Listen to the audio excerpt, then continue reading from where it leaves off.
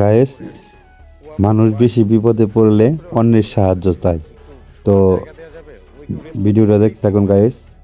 ভিডিওটা যদি ভালো লাগে তাহলে একটা লাইক করে দিবেন, আর আমার চ্যানেলটি যদি আপনারা নতুন হয়ে থাকেন তাহলে একটি সাবস্ক্রাইবার করে যাবেন।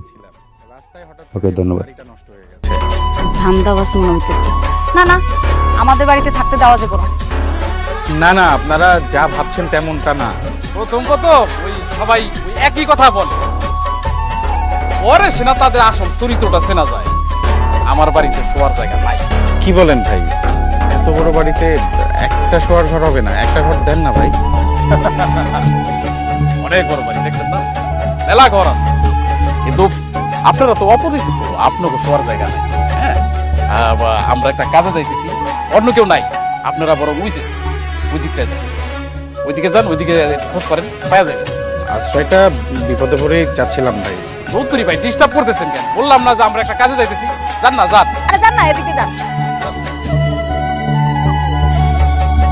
ধান্দাবাজি করতে আইছে। চলো চলো চলো, তাড়াতাড়ি চলো।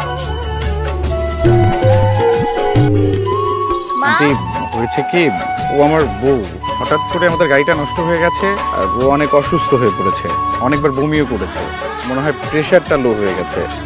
ও একটু শুইতে পারলেও শরীরটা ভালো হয়ে যাবে। একটু শোয়ার ব্যবস্থা করা যাবে? হ্যাঁ হ্যাঁ, দেওয়া যাবে না কেন, কিন্তু ওকে বাড়িতে শুতে পারবে? দিনের ঘর হইলেও শুইলে কিন্তু আরাম, আর ফ্যানও আছে। তুই চুপ থাক। আন্টি, একটু শোয়ার জায়গা হলেই হবে, যদি একটু ব্যবস্থা করে দিতেন। আচ্ছা ঠিক আছে, এই তোর তাড়াতাড়ি বিছানা রেডি কর, যা। তাড়াতাড়ি টাকাটি লয়ে বাসায় আসো। এই উল্টা পাল্টা কথা কইবা না তো। এই বাড়িতে মেহমান আইছে, আমগো লগে ইফতারি করব, আবার রাইতেও খাইবো। ওরে আল্লাহ রে আল্লাহ, এটা কি কইতাছো তুমি? এ তো দেখি মরার উপর খড়ার গা। এই কোন মেহমান আইছে? তোমার বাপের বাড়ির কেউ আইছে নাকি? আরে না, আমগো আত্মীয় কেউ না, এটা মুসাফির মেহমান। মুসাফির মেহমানের লগে রহমত আই, বরকত আই, জানো না? শুনো কি হইছে, কেরা কেরা এমনি আইছে, গাড়ি অ্যাক্সিডেন্ট করছে রাস্তায়। আরে ছেলেটা অনেক ভালো, বিসিএস অফিসার, মাইয়াটাও অনেক ভালো, অসুস্থ হয়ে গেছে বমি করতে করতে, আমগো বাড়িতে লই আইছে। আর কি করব কও, এখন টাপুর টুপুরের লগে আছে। এমন মেহমান আমগো বাড়িতে আর কোনোদিনও আইবো না। আমি যেটা কইছি সেটা করো, 2টা মুরগি, চিকন চাইল আর কিছু মশলা নিয়ে চলে আসো তাড়াতাড়ি। আচ্ছা ঠিক আছে, আইতাছি। তুমি একটু টাপুর টুপুরে বুঝাও। আচ্ছা ঠিক আছে, তুমি আগরলে চিন্তা করো না। আল্লাহ হাফেজ।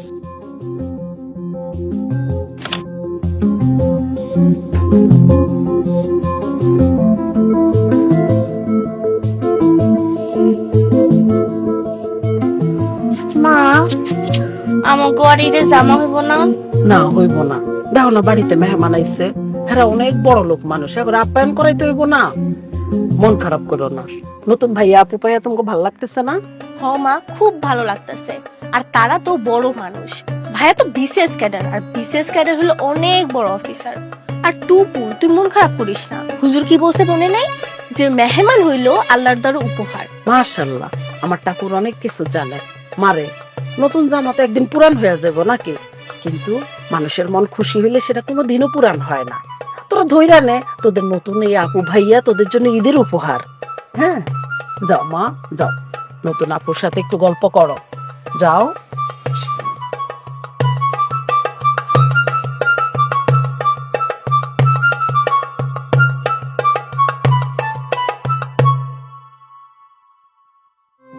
আপু, তোমার একটা গোপন কথা বলি। কার গোপন কথা? আমগো দুজনের গোপন কথা। আমরা যে গাড়িতে নাম লিখছিলাম আর ভাইয়া যে ধমক দিল, আর আমরা দুজন যে দৌড় দিলাম, আমরা কিন্তু ভয়ে দৌড় দিইনি। ভয় না পেলে দৌড় দিয়েছিলে কেন? হ, আমরা দুই বোন ভয় পাই না, ভয়ের অভিনয় করি।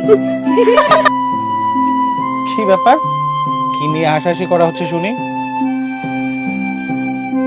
কি এখনো কি অভিনয় করছো নাকি? কি ব্যাপার, হাসছো কেন? তোমাকে এত কিছু শুনতে হবে না, তুমি কেন এসেছো সেটা আগে বলো। আরে দেখতে আসলাম আমার বউটা কেমন আছে। তোমার বউটা অনেক ভালো আছে।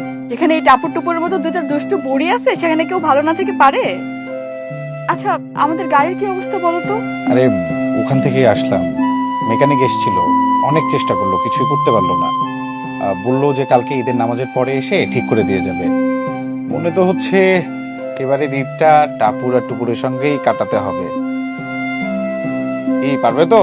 তুমি পারলে আমি কেন পারবো না? আর ওদের সাথে ঈদ করতে পারলে আমি বরং খুশিই হব। কি আপনারা আমাকে ঈদ করবেন? হ্যাঁ, উপরওয়ালা বোধহয় এটাই লিখে রেখেছিলেন। আর চাইলেও তো আমরা এখন যেতে পারবো না। মায়ে কইছে আপনা ঘরে আমাদের এই দুপুরে হিসেবে পাঠাইছে আল্লাহ। সত্য কথা, তোরাও আমাদের ঈদ উপহার। আচ্ছা, আমি ড্রাইভার সাহেবকে বলি ব্যাগগুলো নামিয়ে দিতে। হ্যাঁ বলো। আর শুনো, ড্রাইভার সাহেব যেন সবগুলো ব্যাগই নামিয়ে আনে। বুঝতে পেরেছি তুমি কি বলতে চাইছো। বোঝার জন্য ধন্যবাদ তোমাকে। ঠিক আছে, আমি তাহলে যাই। হ্যাঁ,